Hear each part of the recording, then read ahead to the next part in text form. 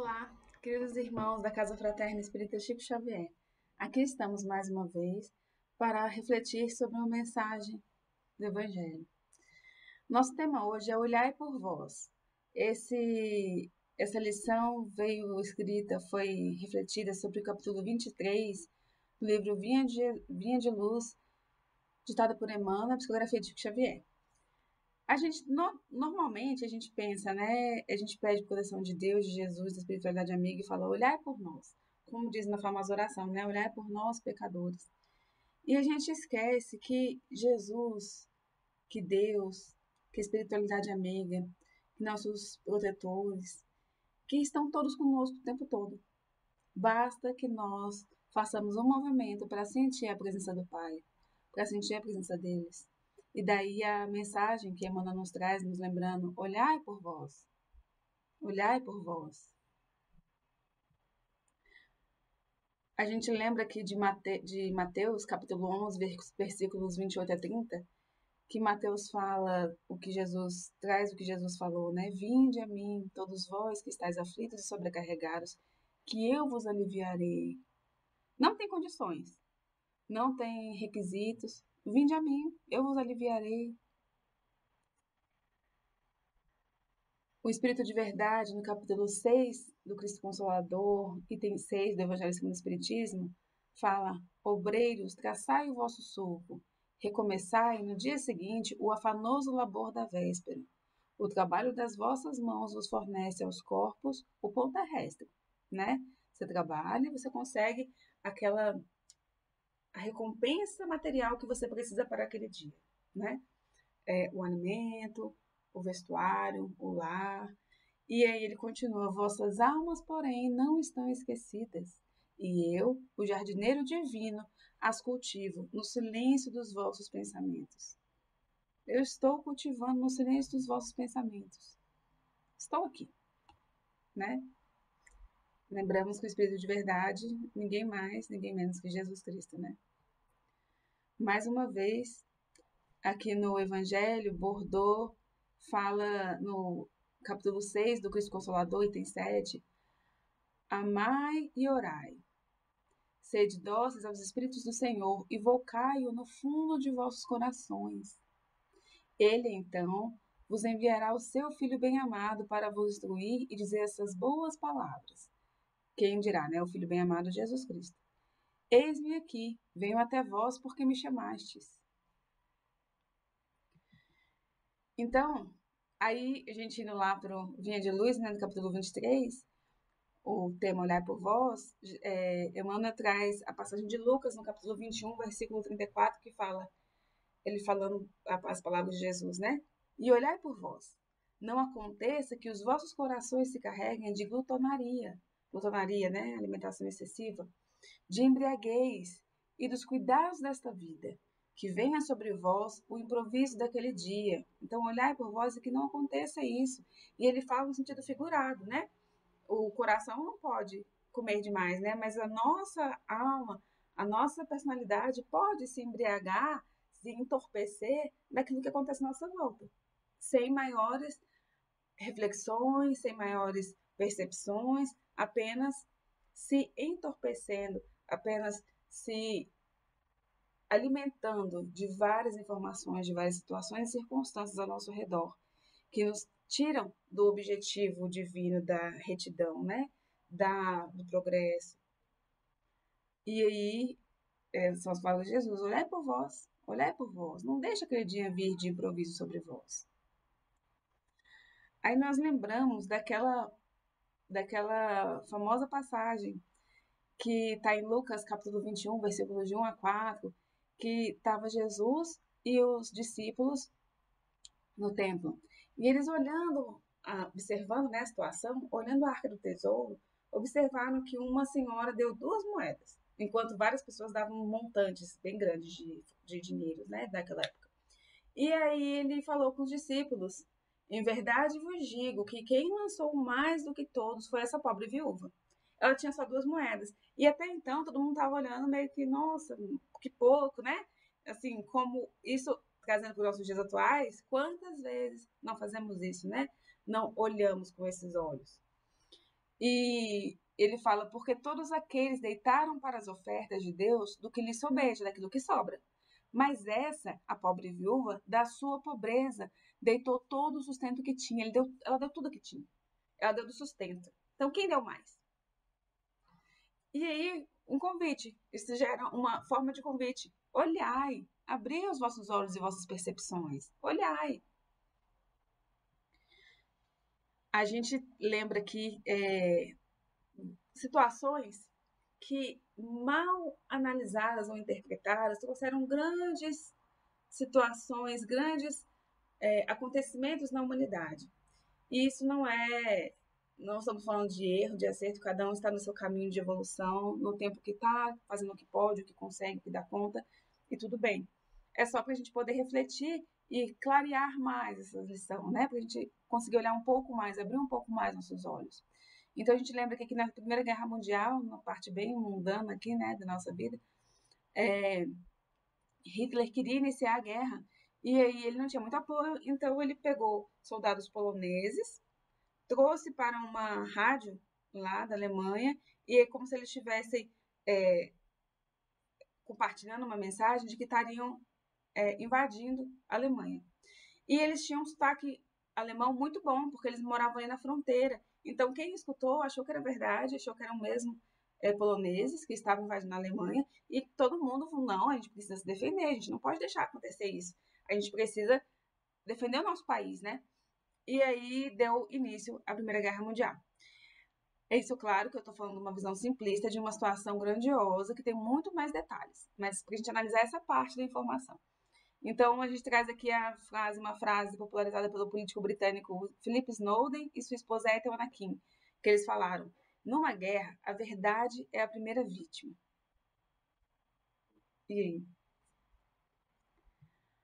Quando a gente traz para os nossos dias, eles falaram aqui naquela época, né? Na guerra, a verdade é a primeira vítima. Então, será que a gente pode dizer que na aflição a verdade já foi vítima? Na nossa angústia, na nossa chateação, na nossa tristeza, onde está a verdade? Onde está Deus? Então vamos lá, Deus, Jesus, cadê eles? Pelo que nós falamos anteriormente, eles já estão. Eles já estavam, eles nunca saíram daqui. Eles sempre estiveram aqui ao nosso redor. Mas por que eu não estou vendo? Por que eu falo, olhai por mim, olhai por nós, me ajuda, me ilumine? É claro que eu preciso, sempre precisamos pedir a ajuda dos céus, pedir auxílio, pedir uma iluminação, um amparo, para a gente se conectar com a luz divina e conseguir acessar aquilo de nós que é mais divino. Claro, sempre precisamos. Mas por que? A questão é, por que nesses momentos nós esquecemos que somos tão fortes e importantes para esse processo? Nosso autoprocesso, né? A gente lembra aqui de Estevão, né?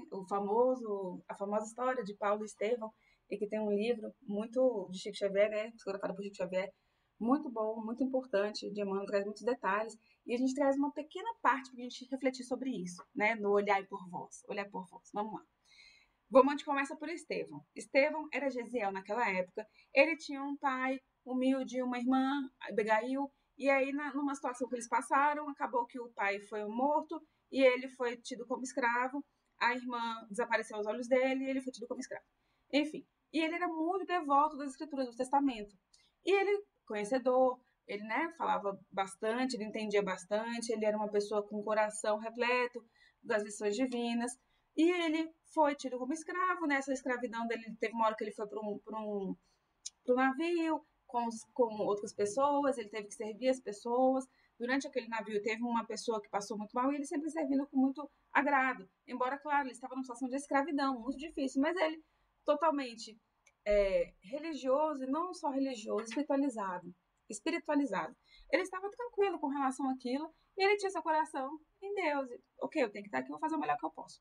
E aí ele atendeu todo mundo, teve uma pessoa que ele atendeu muito bem, a pessoa se recuperou, um rapaz se recuperou, e falou, não vou, era pra matar ele, a ordem era matar ele. Não vou te matar, vou te soltar, e ele foi solto. E nesse que ele foi solto, ele encontrou os homens do caminho, né, que eram seguidores de Jesus Cristo naquela época, e Jesus já tinha falecido, né, já tinha morrido a corpo de Jesus, né, e ele foi encontrado por esse pessoal, ele encontrado não, ele foi até esse pessoal e ele foi acolhido e ele teve febres altíssimas. Durante a febre, ele delirava, ele falava coisas que não estavam ali, ele falava coisas sem saber onde estava, com quem estava falando e o que estava falando. E durante aqueles delírios, ele declamava muito o Testamento. Ele falava bastante sobre o Testamento, né? Era o Velho Testamento. E ele sabia muito do Velho Testamento, as pessoas se impressionaram com aquilo. E aí Simão Pedro, que era, né, um dos grandes orientadores do caminho, né, naquela época, ficou meio impressionado, não impressionado, assim, admirado com aquela situação, né? E aí, quando o Gesiel melhorou, né, saiu daquele transe, ele veio e aí ele melhorou, se recuperou. Então, Simão Pedro se aproximou mais e começou a conversar mais com ele e entender de onde vinha aquele conhecimento. Nossa, que rapaz tão espiritualizado, né, tão conhecedor do Testamento. Lembrando que Simão Pedro era seguidor de Jesus Cristo, né? E aí, Gesiel falou que sabia e tal, falou, nossa, eu anseio pela vinda do Messias. E Simão, você não sabe que ele já veio? Ele veio, não acredito. Simão foi lá, pegou as escrituras, trouxe e leu junto com Gesiel, mostrou para Gesiel. Então trouxe anotações de Levi, anotações de Mateus, e Gesiel ficou maravilhado. E ele, a princípio, claro, como todos nós, né, como todo ser humano, ficou meio perturbado, feliz, mas um pouco desconfiado, o que é aquilo e o que ele fez. O que Gesiel fez? Ele se dedicou a estudar as escrituras que lhe foram apresentadas. As anotações de Levi, as anotações de Mateus, as anotações que lhe foram trazidas e ouvir aquilo que Simão Pedro falava. E Simão falava, oh, Jesus foi um homem que veio e fez tal coisa, falou tais ensinamentos e nos trouxe tal lição. E assim foi sua morte. E Gesiel foi sentindo, durante um mês, ele se dedicou profundamente ao estudo daquilo que lhe era passado. Após um mês, ele ele teve certeza de que o Messias tinha vindo e que era aquele Jesus de quem falava. Ele parou, refletiu, aprofundou e teve certeza que aquele era o Messias. E daí então ele se dedicou totalmente às obras do caminho. Então vamos lá para Paulo, né? O livro é a história de Paulo e Estevão, não por acaso, né? Paulo, da mesma forma, era um patrício, né? Uma pessoa rica, filho de família judaica, e ele tinha bastantes recursos, ele era um nobre da sociedade. Naquele tempo, Paulo, ele frequentou a escola da sinagoga na adolescência, ele em Jerusalém, estudou no Templo de Salomão. Naquela época que ele viveu, era 1% da população de Jerusalém que conseguia esses estudos, que conseguia o estudo formal nesse tipo de local e que tinha essa possibilidade desse tipo de tratamento tão privilegiado. E ele ia ser o futuro rabino, porque ele era muito admirado. Ele era bastante espiritualizado. Paulo tinha os ensinamentos de Moisés totalmente dentro de si, e ele pregava, ele tentava, ele fazia de tudo para aplicar os ensinamentos de Moisés, um homem seguidor da lei, que não gostava de desagradar as leis de Moisés, e ele seguia bem direitinho de Moisés, de Deus. Ele encontrou Abigail, conheceu Abigail, namorava Abigail, conforme os preceitos de Moisés naquela época, daquilo que ele acreditava, com muito amor a Deus, com muita reverência a Deus e seguidor profundo das lições de Moisés. Só que Paulo percebeu a vinda, o movimento dos seguidores de Jesus, né, dos seguidores do caminho, e a princípio ele já falou, que história é essa? Ele era muito nobre, muito intelectualizado, sabia muitas coisas. E que história é essa? Que pessoal é esse? Eles estão idolatrando um marceneiro, um pobre marceneiro. Olha, que ele não conheceu, né? Diga-se de passagem, ele não conheceu. Ele ouviu falar. E as pessoas falando de Jesus e aquele pobre marceneiro. Meu Deus, que fala isso? Isso não está nas leis de Moisés. Eu não conheço a lei de Jesus. Não conheço o que Jesus fala. As leis não, né? As lições de Jesus não conheço. Mas eu sei que isso não se aplica a Moisés. Isso não está dentro do que Moisés nos trouxe. E isso não pode continuar. Então, fazendo aqui um paralelo, né?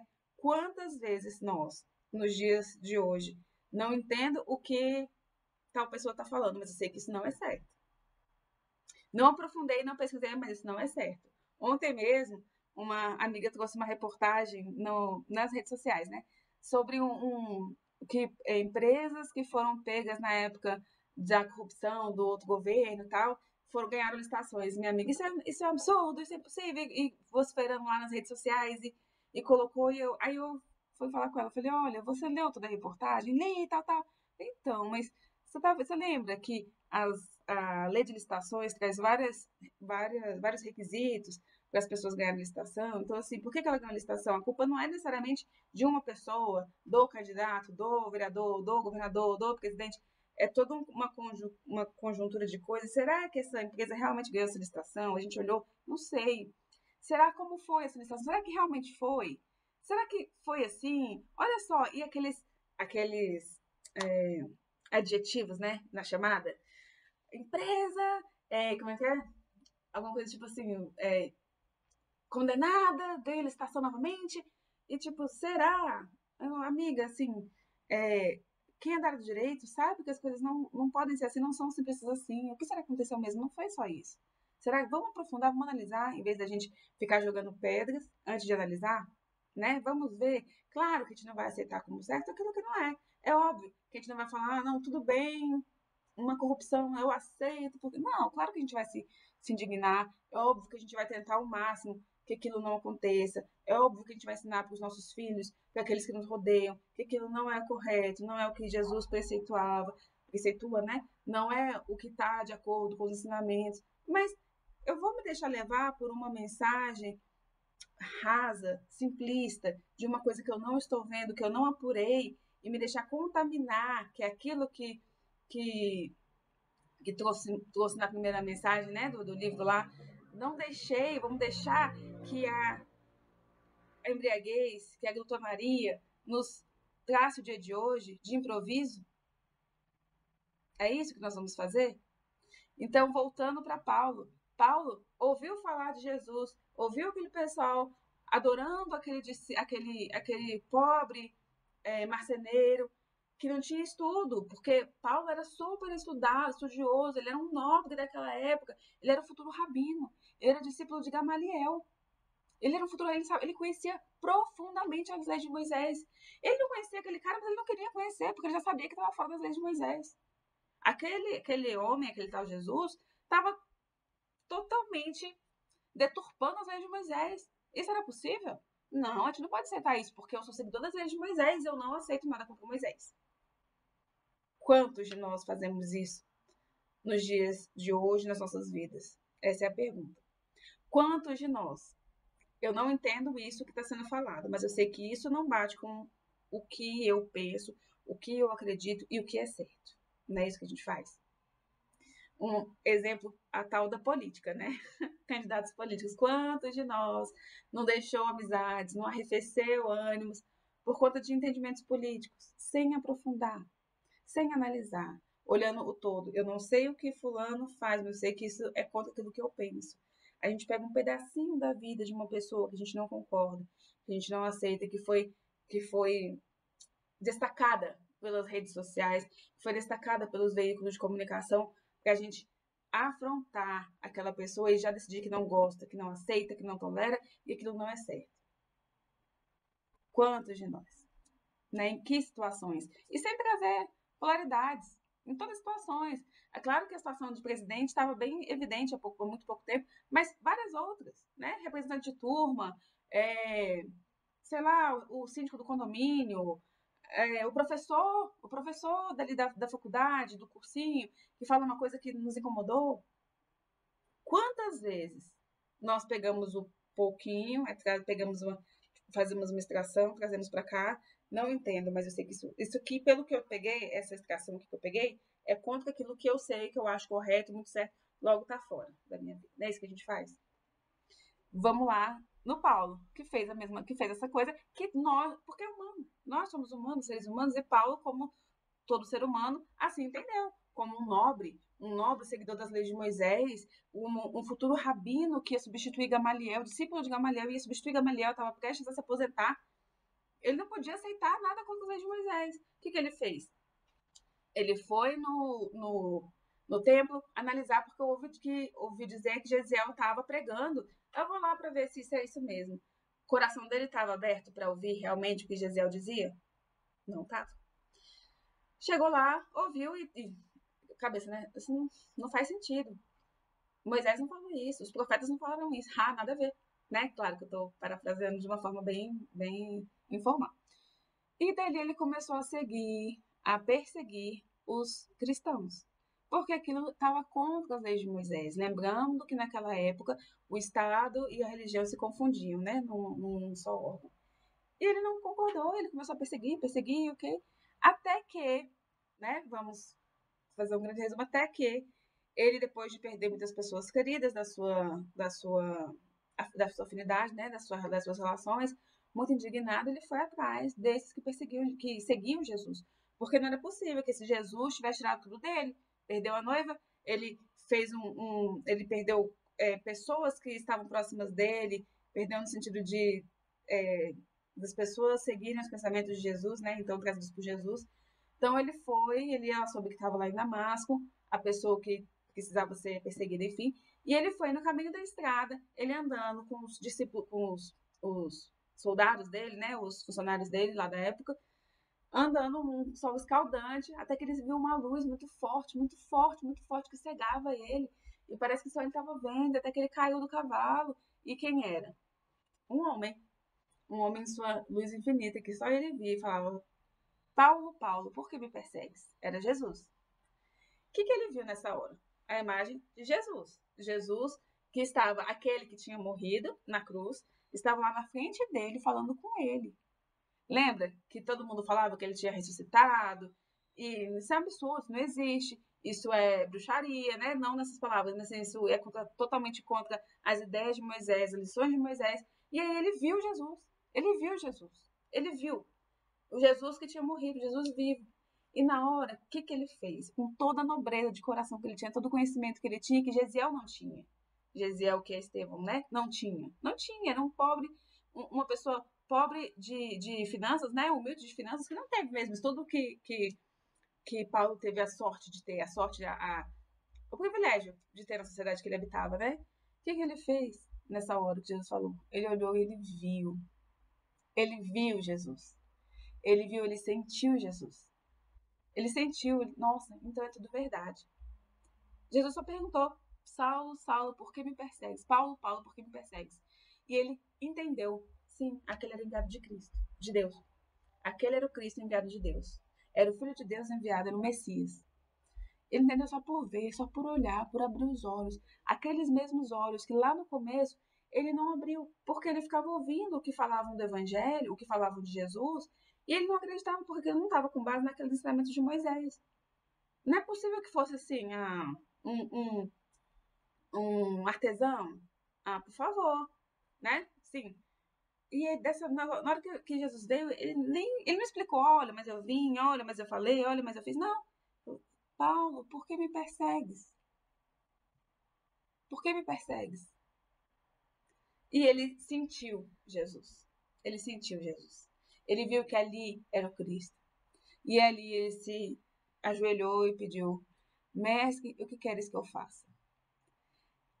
A visão que nos traz disso, né? É a nossa comparação, porque Paulo é um homem como nós, né? Que temos nossas. Procuramos melhorar, procuramos ser pessoas melhores, procuramos ser pessoas mais evoluídas, mais amáveis, mais dóceis, mais amigas, né? Todo mundo que está aqui, a maioria, né, procura isso. E a gente acha que está fazendo o caminho certo e a gente está mesmo buscando. Mas em que momento que a gente para de olhar por nós? Essa é a pergunta. Porque quando Cristo traz aquela mensagem do começo, olhai por vós, ele quer dizer: eu já estou aqui, eu não saí daqui em nenhum momento, nenhum minuto, eu não saí daqui. E você está olhando por si? Você está olhando por vós? É Lucas, capítulo 21, versículo 34. Recordando aqui. Olhai por vós. Não aconteça que os vossos corações se carreguem de glutonaria, de embriaguez, e se carreguem, se encham, se preenchem dos cuidados dessa vida. Os cuidados dessa vida é material. E venha sobre vós de improviso aquele dia. Então, quando deixamos de nos olhar? Quando deixamos de observar aquilo que está acontecendo de verdade? Ou não deixamos, simplesmente não olhamos. Por vários motivos, e não é questão da gente se culpar, é questão da gente perceber, de abrir os olhos, ter olhos de ver, ouvido de ouvir. E lembrando de Paulo, porque depois todo mundo sabe dessa história, né? Assim, a maioria pelo menos, que Paulo entrou em Damasco, e ele ficou cego, ele foi auxiliado, e depois de várias coisas, Paulo foi um grandíssimo profeta do cristianismo. As cartas dele são fenomenais, são maravilhosas, trazem ensinamentos assim estupendos. Então, primeira lição de abrir os olhos, olhar por vós, está olhando por vós, como você está olhando por você? Como você está olhando? Com que olhos? Com que olhos? Você está olhando por você para se cuidar, para se proteger dessa amplitude de situações, de informações que nos chegam? Você está observando a fundo tudo que chega? Não é se proteger como tem gente que prega, né? Nossa, a televisão que vem com notícias do mundo não deve ser vista. Ah, o jornal com notícias do mundo, tal, as fofocas. Sim, o bom é que a gente não se perca nas notícias do mundo, tal. Do mundo, sim, as notícias mais difíceis, ruins, não evoluídas, como fofocas de televisão, de artistas. É óbvio, essa não é nenhuma evolução. Mas se eu peguei uma notícia dessa, o que eu vou fazer com essa notícia? Como que eu vou olhá-la? Agora tá na mídia, parece que a Ana Hickman, que separou do marido e tal. Como que eu vou olhar? Canalha, ele bateu nela? Ou eu vou olhar, esse irmão precisa de tal coisa? Como eu faço para não chegar a uma posição como essa?